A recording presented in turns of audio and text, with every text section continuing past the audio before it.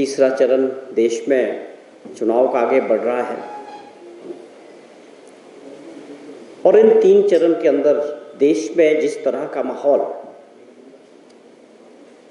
जो मीडिया के ज़रिए, सोशल मीडिया हो, इलेक्ट्रॉनिक्स मीडिया हो, कोई भी और लोगों द्वारा, कार्यकर्ताओं द्वारा एक फीडबैक देश के अंदर बन रहा है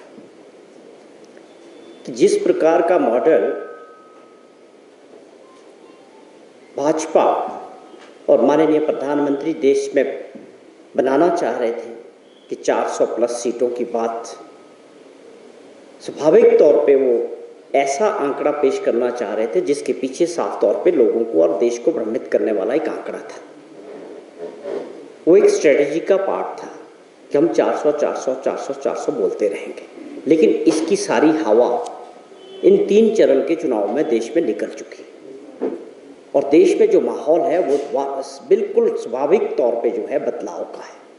जो लोग 10 साल से सत्ता में हैं, जिनका वक्त देश की जनता को बताने का है कि हमने 10 साल के अपने कार्यकाल में युवा साथियों के लिए जो 2 करोड़ रोजगार की बात करें, महंगाई और बेरोजगारी, भ्रष्टाचार की आज कोई बात माननीय प्रधानमंत्री जी और उनकी टीम नहीं कर रही।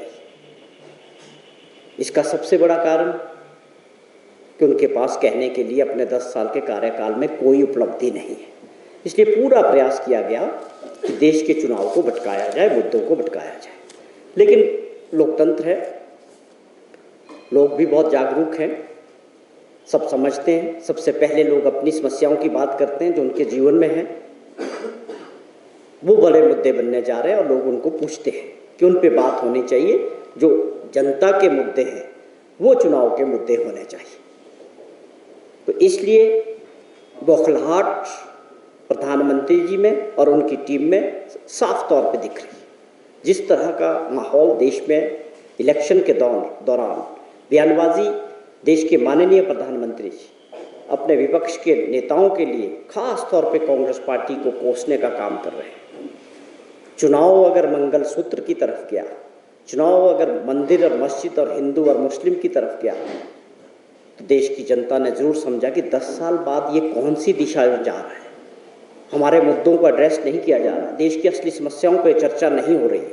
कांग्रेस पार्टी की लीडरशिप ने ये हमेशा कहा, राहुल गांधी जी हमेशा कहते हैं हर जगह जब उन्होंने पूरे देश का पैदल यात्राएं भी की कि जो लोगों की समस्याएं हैं, युवा साथियों की, किसानों की, बेरोजगारी की समस्या है, इन पे चर्चा होनी चाहिए, ना कि देश को उस राह पे खड़ा कर दो कि 80 करोड़ लोगों को 5 किलो आटा और चावल पे लाके इस अर्थव्यवस्था को और देश को खड़ा कर दिया।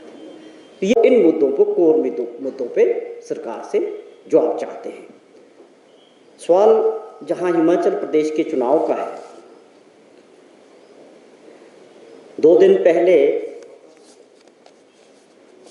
ठाकुर जयराम जी पूर्व मुख्यमंत्री एप्पल बेल्ट में थे, वहाँ उन्होंने एक स्टेटमेंट दी कि 50 रुपये किलो एप्पल का स्पोर्ट्स प्राइस को लेके उन्होंने कोई बात की।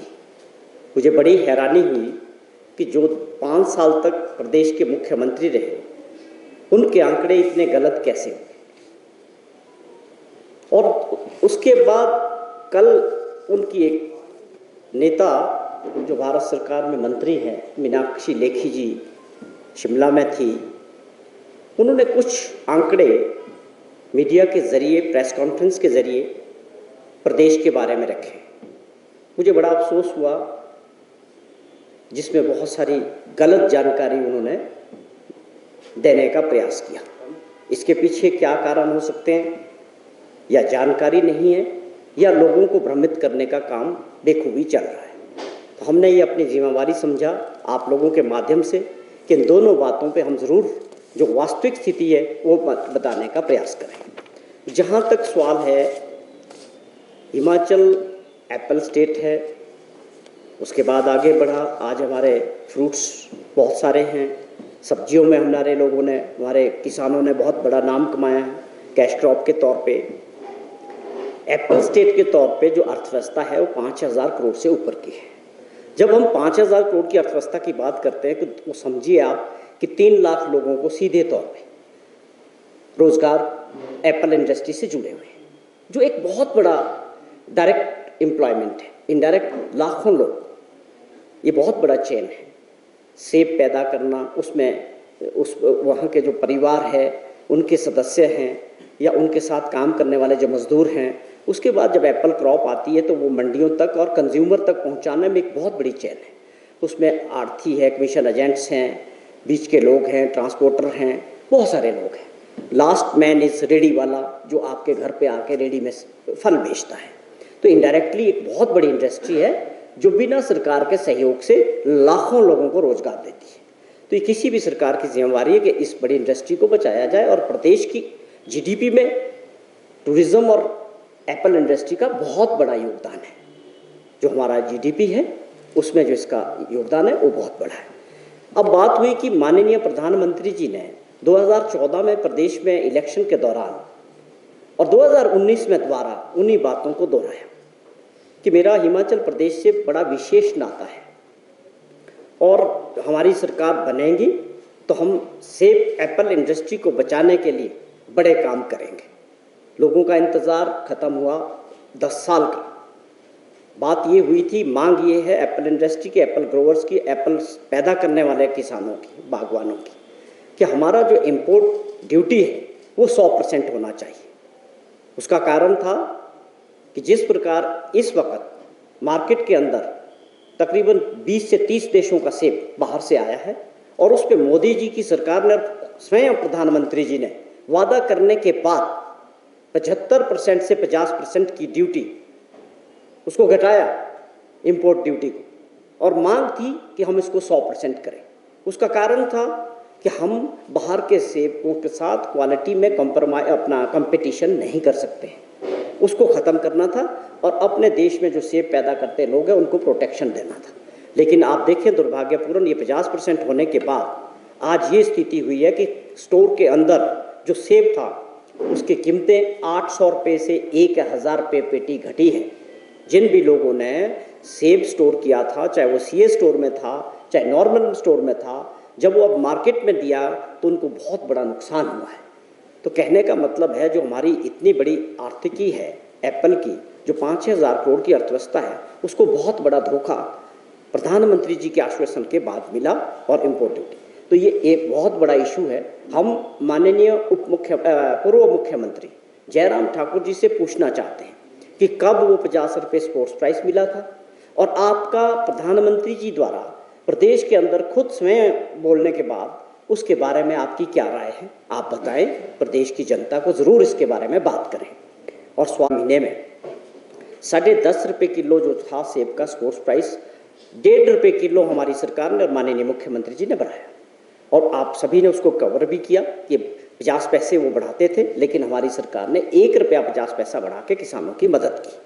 और उनकी एक मांग बहुत वर्षों से थी कि हम जो है इनका उत्पाद जो है किलो के हिसाब से मार्केट में बिकना चाहिए। हमारी सरकार आते ही उसको हमने रेगुलेट किया और पिछले साल जो सेब बिका मार्केट में वो किलो के हिसाब से बिका, जिससे निश्चित तौर पे बागवानों को उनके फसल के अच्छे दाम मिले। और उसके अलावा उनकी और डिमांडें थी, जिसमें यूनिवर्सल कार्टन की बात थी, वो सरकार ने आगे बढ़ाया, इस साल से उसको लागू कर रहे हैं।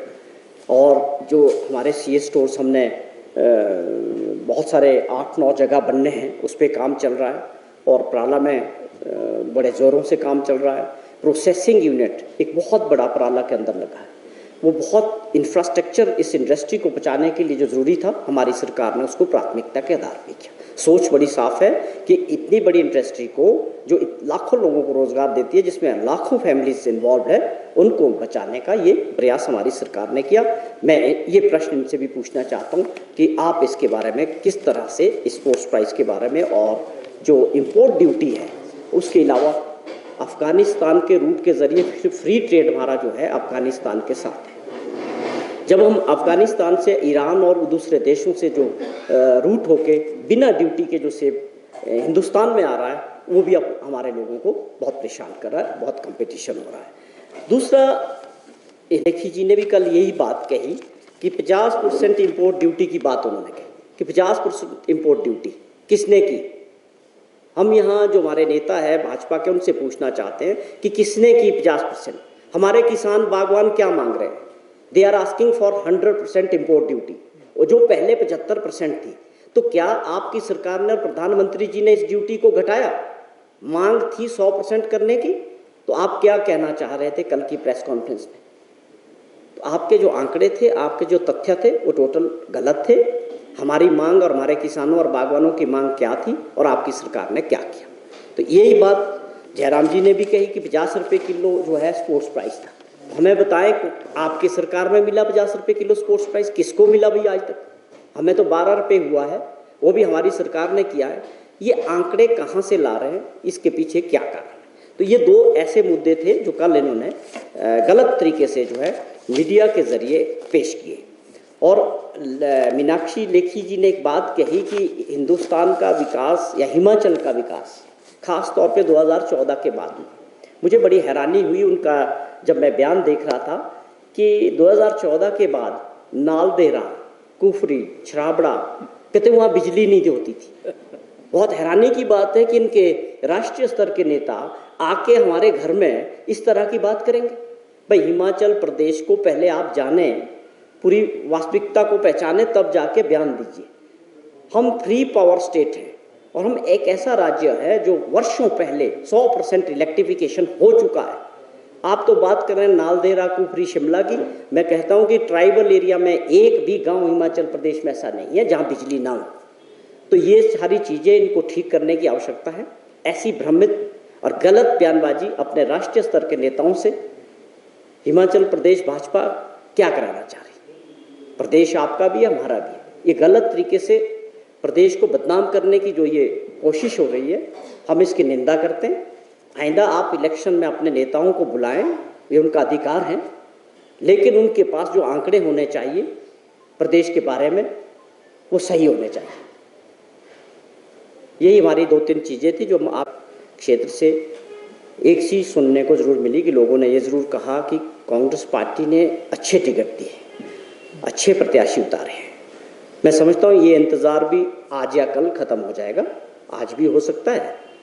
और स्वाभाविक तौर पे बड़े फूंक के पूरा प्रयास कि अच्छे प्रत्याशी को, जीतने वाले प्रत्याशी को, सबको साथ लेके और कार्यकर्ताओं को, उनके कोई सर्वे का आधार है, कोई फीडबैक है, तो मैं समझता हूँ आज या कल ये टिकट भी अनाउंस हो जाए।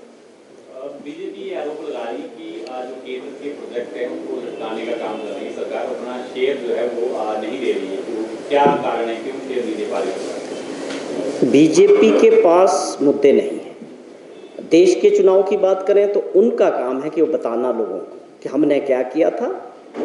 सच्चाई में आज प्रधानमंत्री जी के किसी भी देश के अंदर जितनी भी रैलीज और मीटिंग्स हो रही है, कहीं पे बात नहीं हो रही बेरोजगार युवा साथियों की या रोजगार पे। कहीं पे वो मुद्दा ही नहीं, टच ही नहीं कर रहे। जबकि खुद एक आंकड़ा रखा था कि 2 करोड़ बच्चों को जो है हर साल रोजगार मिलना चाहिए। हम थोड़ी बोल रहे हैं, आप द्वारा निर्धारित जो था, आप द्वारा जो घोषणाएं थी, अच्छे दिनों की बातें थी, वो बताओ ना। वही सवाल भाजपा का एक एजेंडा पूरे देश में रहा है। झूठ को बार बार बोलते रहो। 100 बार झूठ को बोलोगे तो उसका असर जरूर होगा, लेकिन अब कुछ होने वाला नहीं है। यही हिमाचल प्रदेश की भाजपा का भी हाल है। मैंने अभी आपसे जिक्र किया कि ये मुद्दे होने वाले हैं। आप हमसे पूछो 15 महीने का कार्य, हम तैयार बैठे हैं, हमारी सरकार तैयार बैठी है, पर मुद्दों पे बात करो। 15 महीने का हिसाब पूछो, आप विपक्ष में, आप पूछोगे क्या? किस मुंह से पूछोगे? आप तो साजिश करते हो, सरकारें गिराते हो जनता की चुनी हुई, धन बल और एजेंसीज के तौर पे। तो आपके पास तो कुछ बोलने को है नहीं। हम तो पूछ रहे हैं, हमारे से भी पूछो। अभी 3.5 साल प्रदेश के अंदर जो सरकार जनता ने बनाई है, जिस तरह का माहौल मुख्यमंत्री जी की रैलियों में और मीटिंग्स में लोग उमड़ रहे हैं, उससे साफ जाहिर है कि हिमाचल प्रदेश के लोग अभी इस सरकार को 5 साल तक मौका देना चाहते हैं, मुख्यमंत्री जी को देखना चाहते हैं, उनसे बहुत उम्मीदें हैं। तो ये है मुद्दे की 3.5 साल प्रदेश की सेवा कांग्रेस पार्टी की चुनी हुई सरकार करने वाली है। आपने सर बागियों के ऊपर सवाल, उसका ये कहना है कि मुख्यमंत्री उनकी बात नहीं सुनते, इसलिए उनको मजबूर हो गया है। देखिए, अब तो बागी के साथ वो दागी भी हैं, और साथ में ये कोई बड़ा कारण नहीं है कि मुख्यमंत्री जी बात नहीं सुन रहे थे इसलिए हमने अपनी पार्टी को धोखा दे दिया। आपको लगता है ईमानदारी से आप आपसे पूछें कि ये कारण हो सकता है? जो लोग पार्टी में दूसरी पार्टी में सिर्फ इस वजह से जा सकते हैं दूसरे दल में, इसके पीछे क्या कारण है वो आप सब पूरा देश जानता है। जो भाजपा का मॉडल है सरकार बनाने का विपक्ष की, उसमें सबसे ज़्यादा धन बल का यूज़ होता है। मुझे लगता है कि इनमें भी वो बहुत सारा हुआ है। और ये आज नहीं, मुख्यमंत्री ये गलत इल्ज़ाम लगा रहे। मुख्यमंत्री जी ने इन 6 के काम भी किए। इनकी अपनी क्या महत्वाकांक्षा थी? भाई मंत्री बन जाते, अगले दौर में बन जाता, और भी लोग हैं और लोगों ने भी तो काम कराए हैं। क्या ये 6 ही लोग थे?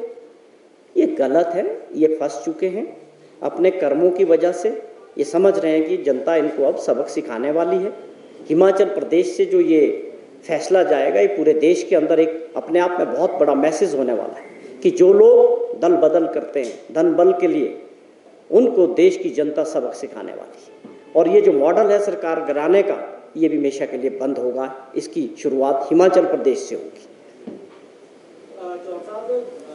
कांग्रेस पार्टी ने साफ कहा है कि देश की जनता अगर बदलाव करेगी, कांग्रेस को मौका मिलेगा। अपने साथियों के साथ मैनिफेस्टो में बहुत सारी बातें साफ कही और मैनिफेस्टो पे चर्चा हुई है। कांग्रेस का मैनिफेस्टो है जिसमें 5 गारंटियों के तौर पे न्याय दिलाने की बात की है, चाहे युवा साथी है, चाहे किसान हैं, चाहे महिला हैं। उस पर देश के प्रधानमंत्री जी को भी बड़ी दिक्कत हुई है। बड़ी चर्चा हमारे मैनिफेस्टो को लेकर उन्होंने की। हम वो बात कर रहे हैं जो देश के लोगों को होनी चाहिए, जो देश को आगे ले जाने के लिए होनी चाहिए, देश की तरक्की के लिए होनी चाहिए। कांग्रेस उन मुद्दों पे बात कर रही है। देश का लोकतंत्र स्वाभाविक तौर पे जिस तरह का मॉडल रहा, एजेंसीज के तौर पे नरेंद्र मोदी जी की पहचान इतिहास में हमेशा रहेगी। ईडी वाले प्रधानमंत्री, सीबीआई और इनकम टैक्स वाले प्रधानमंत्री के तौर पे होने चाहिए। तानाशाह रवैया रहा, मेरे मन की बात सुनो, पर लोगों की कब सुनोगे? लोकतंत्र है ये, लोगों की सुनने की, लोगों की बात सुन के उसको काम करने के लिए बैठाया गया है। आपकी कितनी सुनेंगे लोग? आपकी बात सुनते सुनते 10 वर्ष निकल गए मेरे मन की बात। उसकी भी तो कोई सीमा होनी चाहिए। तो देश की जनता की आवाज़ को सुनना ज़रूरी है, उसके हिसाब से सरकारों को काम करना ज़रूरी है। जहाँ तक आपने सवाल किया, हम संविधान में बदलाव करने की मंशा किसकी है, तानाशाह प्रवृत्ति किसकी है, लोकतंत्र में विश्वास कम कौन करता है, इसका फैसला ही तो देश की जनता को करना है। और जनता जागरूक है।